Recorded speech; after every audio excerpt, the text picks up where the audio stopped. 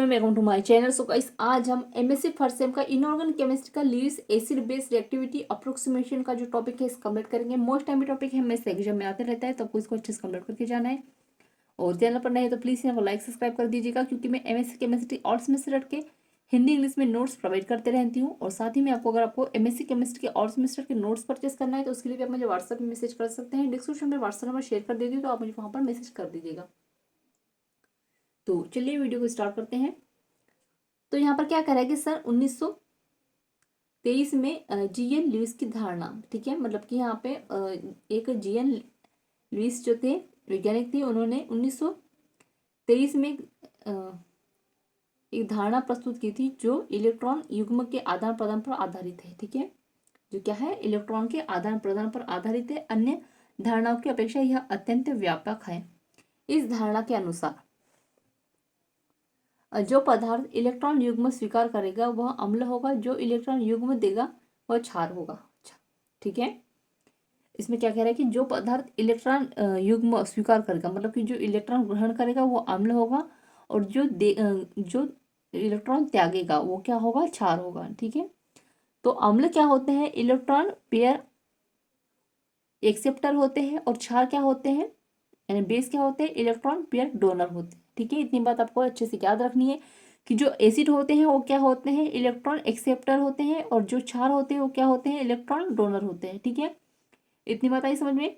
अगर आपको ऐसे कोई पूछे तो आपको ये बताना है कि एसिड अम्ल और क्षार के बारे में बताइए, तो आपको जो पदार्थ अगर आपको एग्जाम्पल में आपको ऐसा पूछा जाए कि अम्ल की परिभाषा बताइए या क्षार की परिभाषा बताइए, तो आपको ये सिंपल सी परिभाषा याद कर लेनी है। ठीक है, और आपको पता भी होनी चाहिए क्योंकि जो पदार्थ इलेक्ट्रॉन युग्म स्वीकार करेगा, यानी जो पदार्थ जो इलेक्ट्रॉन स्वीकार करेंगे, यानी जो एक्सेप्ट करेंगे वो क्या होंगे, अम्ल होंगे, और जो इलेक्ट्रॉन त्यागेंगे वो क्या होंगे,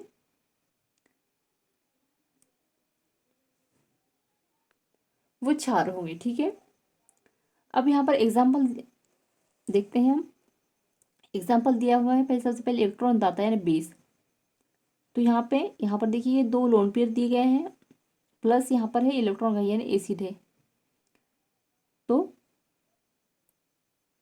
ये इनके बीच में रिएक्शन हो रही है। ठीक है, तो ये इलेक्ट्रॉन दाता है, और यहाँ पर देखिएगा लोन पेयर दिए गए हैं यहाँ। ठीक है, और यहाँ पर इलेक्ट्रॉन ग्राही यानी एसिड दिए हुए, तो इनकी रिएक्शन इस तरह से यहाँ पर कंप्लीट की गई है। अब हम देखते हैं आगे। अब क्या है कि लुईस की धारणा को इलेक्ट्रॉन दाता ग्राही प्रणाली, electron donor and acceptor system भी कहते हैं। ठीक है, मतलब कि जो लुईस की जो धारणा है उसके अनुसार क्या होता है, इन्हें इलेक्ट्रॉन डोनर और एक्सेप्टर सिस्टम भी कहते हैं। अब आगे देखते हैं। अब यहाँ पे रिएक्शन दी गई है। ठीक है, तो ये आप देख लीजिएगा, इसके बाद भी हम थोड़ा आगे देखते हैं। तो क्या कह रहा है कि इस अभिक्रिया में प्रोटॉन हाइड्रोजन प्लस एक इलेक्ट्रॉन पेयर ग्रहण करता है तथा अमोनिया NH3 एक इलेक्ट्रॉन पेयर प्रदान करता है। अतः H प्लस प्रोटॉन एक लुईस अम्ल और NH3 अमोनिया एक लुईस क्षारक है। ठीक है, इनकी परस्पर अभिक्रिया से NH4 आयन बनता है, जो कि एक एडक्ट प्रोडक्ट है। यहाँ पे जो हाइड्रोजन है वो क्या है, एसिड है, और यहाँ पर जो NH3 होगा वो क्या होगा, एसिड सॉरी बेस होगा। ठीक है, अब इसकी जब रिएक्शन होगी तो इससे हमको क्या मिलता है, एक एडक्ट प्रोडक्ट बनता है। ठीक है, अब आगे देखते हैं। अब क्लासिफिकेशन ऑफ लुईस एसिड्स के बारे में हम देखते हैं। तो फर्स्ट है मॉलिक्यूल जिनके केंद्रीय परमाणु में अपूर्ण अष्टक है। तो लुईस एसिड के इस ग्रुप में इलेक्ट्रॉन न्यून यौगिक कंपाउंड्स आते हैं जिनके केंद्रीय परमाणु पर अपूर्ण अष्टक होते हैं। ये कंपाउंड आसानी से इलेक्ट्रॉन युग्म ग्रहण करके अम्लीय ग्रुप प्रदर्शित करते हैं।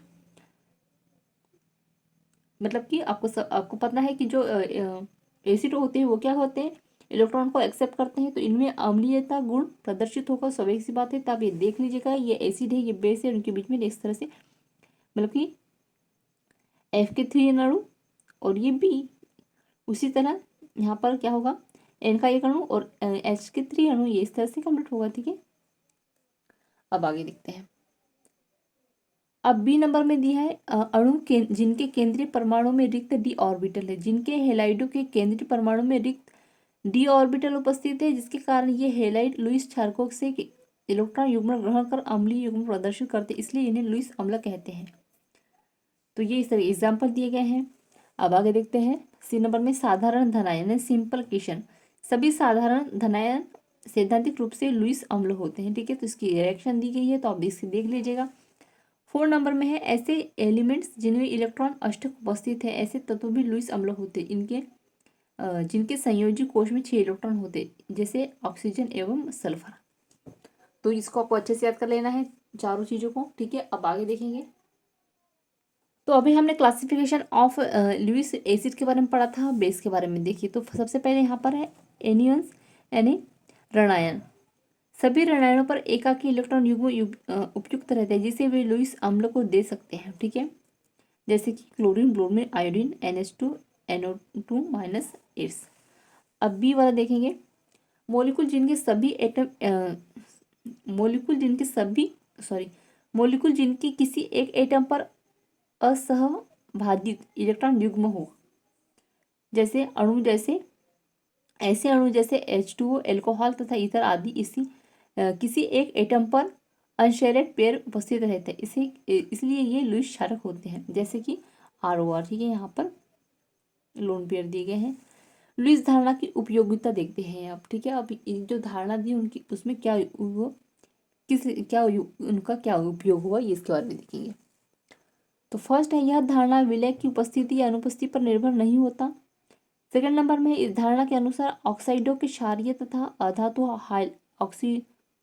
ऑक्साइडों के अम्लीय गुणों की व्याख्या की जा सकती है। थर्ड नंबर में इस धारणा से ऐसी अम्ल क्षारक अभिक्रियाओं की व्याख्या किया जा सकता है जिनमें प्रोटॉन भाग नहीं लेता। अब आगे देखेंगे। आगे दी गई है लुईस धारणा की सीमा लिमिटेशन। तो फर्स्ट है, लुईस धारणा द्वारा विद्युत अपघटन, जल अपघटन, स्थिरीकरण जैसी अभिक्रियाओं की व्याख्या नहीं की जा सकती। और सेकंड नंबर में दिया गया है कि लुईस अम्ल एवं क्षारकों का अपेक्षित सामर्थ्य स्ट्रेंथ का क्रम ऑर्डर का निर्धारण नहीं किया जा सकता। ठीक है, तो ये लिमिटेशन ज़्यादा नहीं है, तो आप ये देख लीजिएगा। काफ़ी इजी सा टॉपिक है और आपको आई होप कि आपको अच्छे समझ में आ गया होगा। तो प्लीज़ चैनल को लाइक सब्सक्राइब कर दीजिएगा, साथ ही बेल आइकन प्रेस कर दीजिएगा। कमेंट में जरूर बताइएगा आपको ये नोट्स कैसे लगे, और अगर आपको कोई लगता है कि इनऑर्गेनिक केमिस्ट्री का कोई टॉपिक छूट गया तो आप मुझे बता दीजिएगा, तो हम जल्दी से कंप्लीट कर लेंगे। ठीक है, फिर आगे सेमेस्टर की तैयारी करेंगे। और MSc केमिस्ट्री ऑल सेमेस्टर के नोट्स परचेस करने के लिए आप मुझे व्हाट्सएप में मैसेज कर सकते हैं, डिस्क्रिप्शन में व्हाट्सएप नंबर शेयर कर दूंगी। Thank you.